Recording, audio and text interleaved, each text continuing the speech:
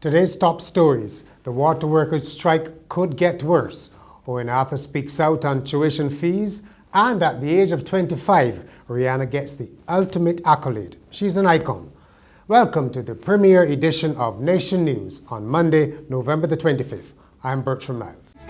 At Courts, every day we bring affordability, convenience, innovation, and style to over 1 million customers in 11 countries. From homes to communities, we are proud to make a difference in the lives of many across the region.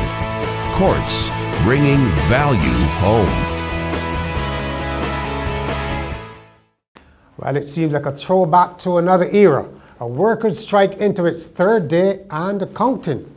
And word this evening is that things could get worse as the Barbados Workers' Union seeks to step up its industrial action at the Barbados Water Authority. The union's executive council is holding a special meeting tomorrow to decide formally on the next step. Today was the third day of the strike, with workers remaining outside of the authority's Manor Lodge St. Michael compound. It's not clear what the union is going to do next, and so far the public hasn't been hurt directly by the strike. The workers are protesting what they see as tardiness by the Water Authority's management in resolving a number of issues, including the payment of increments and execution of water expansion projects. On Sunday, the authority said it could not be blamed for the strike. Barbados could have new domestic violence legislation by the end of March next year. The promise comes from Minister of Home Affairs Adriel Brafitt, who says the act would assist the Family Conflict and Intervention Unit of the police force. Mr. Brafitt says the Family Conflict Unit had been doing a great job since beginning operations 5 months ago. Well, I mean, my information is that the family unit, that they are seeing some success. For example, they're assisting more people with protection orders. More victims are going to them and saying, look, you know, we've heard about you, can you assist us?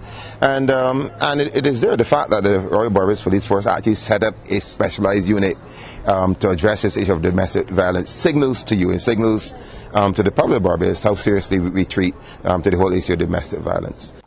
Former Prime Minister Owen Arthur says gross mismanagement by government has forced the country into its current economic state. He was speaking at the first annual lecture of the School of Politics at the Cricket Legends of Barbados last night. Mr. Arthur also said the Minister of Finance, Chris Sinclair, needs to refocus his priorities and understand the importance of free tertiary education to the future of Barbados. The Minister of Finance has already pumped $120 million into the Four Seasons project and is looking to pump in even more. While on the other side of the road, he's leaving the University of the West Indies bereft of the funds that the government of Barbados has an obligation to pay for the services that the university has already rendered on its behalf. The restored bust of the late cricketing great Malcolm Marshall, who died 14 years ago this month, was revealed this morning at the Parkinson Memorial School in St. Michael. The project was undertaken by the City of Bridgetown Credit Union, Parkinson School Old Scholars Association, and the Parkinson Past Cadets Association. Marshall's widow, Connie Marshall, says she was elated that the bus was restored and the park of the school renamed in his honor. It's always a great feeling when someone wants to remember Malcolm. He did a lot for West Indies cricket, and it's good when he could be remembered in a tangible manner. And he deserved it. He deserved it, and it feels great. It's a great feeling. In business, Global Entrepreneurship Week came to a close on Saturday night with a Who's Who cocktail at the Gun Hill Signal Station. The function was the last of a series of events put on by the Barbados Youth Business Trust to celebrate the week. We hear more in this report. It was 6 days of shaking hands, making connections, and handing out business cards, all in the name of Global Entrepreneurship Week. Global Entrepreneurship Week is an initiative that was started by the Kaufman Foundation in 2007. It came to Barbados in the first year, 2008, and it was brought to Barbados by Mrs. Marcia Brandon, who saw the initiative and thought it would be something good to introduce to Barbados. The week of events included seminars on the stock exchange, social media workshops, and an entrepreneurs market where participants sold their products to both locals and tourists outside the Bridgetown port. The week of events received sponsorship from Scotiabank, who has partnered with the BYBT to help small businesses. Scotiabank has been working with a number of partners to further the entrepreneurship movement worldwide.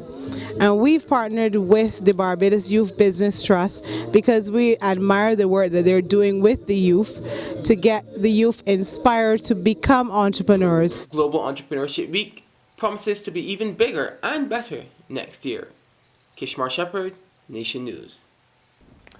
In Jamaica, a campaign is on to boycott goods from Trinidad and Tobago and Barbados. Jamaicans are accusing their CARICOM neighbors of treating them as second-rate citizens. The boycott is being promoted on Facebook, and the Gleaner newspaper is reporting that some businessmen and even the opposition Jamaica Labour Party are supporting the campaign. It was initiated by social activist and educator Kesreen Green Dillon and follows concerns by Jamaicans that they are being given a hard time when entering CARICOM countries. Jamaica's Foreign Minister A.J. Nicholson says he's against any boycott action.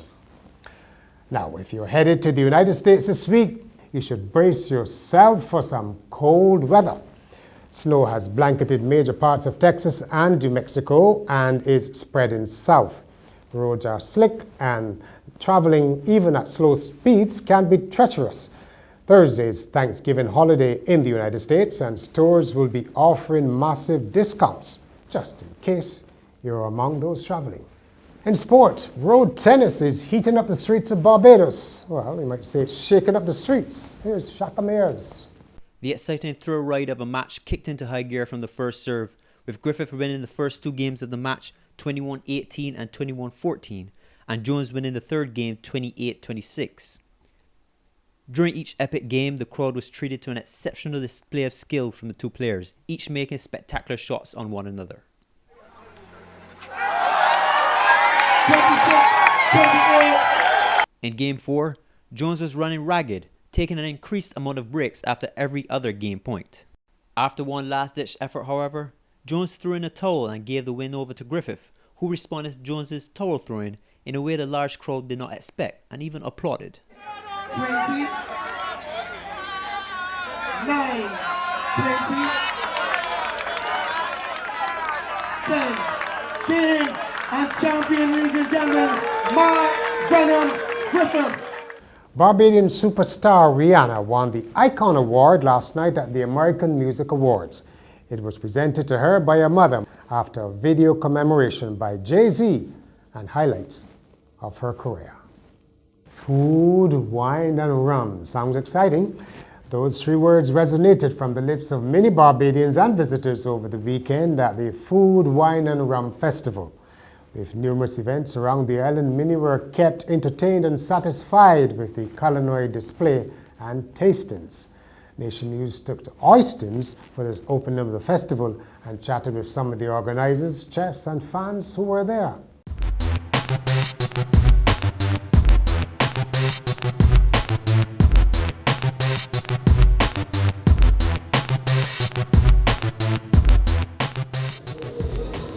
Here at Oystons tonight for the launch of the Food, Wine and Drum Festival. Tonight, locals are dining with international chefs as they taste our Bajan fare. My name is Chef Marcus Sampson. I'm so happy to be here in Barbados, be back. It's wonderful. So, how many times have you been in Barbados? I've been about 5 times now, and each time the festival is getting better and better, and you see from the people are loving it.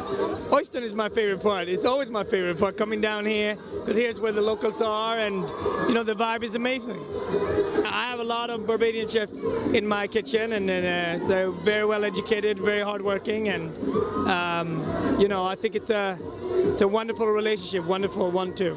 I think it's a nice festival to have. Oystons is a nice place. There's a lot of Barbadians love the Food Network channel. They love the cooking channel. Everybody feel like they could cook or destroy a thing in the kitchen. So it's nice to come on Oystons. This is my first time in years down here. So the Food and Wine and Rum Festival actually brought me down here. And what we wanted to do, and we've succeeded in achieving that, is to create an economic opportunity for the vendors in Oyston.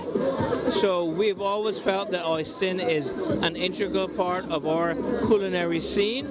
So we have been able to bring an event to Oyston where we have promoted the event, we've branded the event. Our goal is to extend the festival for 7 days and to have November as Food and Beverage Month. Looks like a good time was had by all, and why not? And that was Nation News for today, Monday, November the 25th. I'm Bertrand Miles. Do join us tomorrow.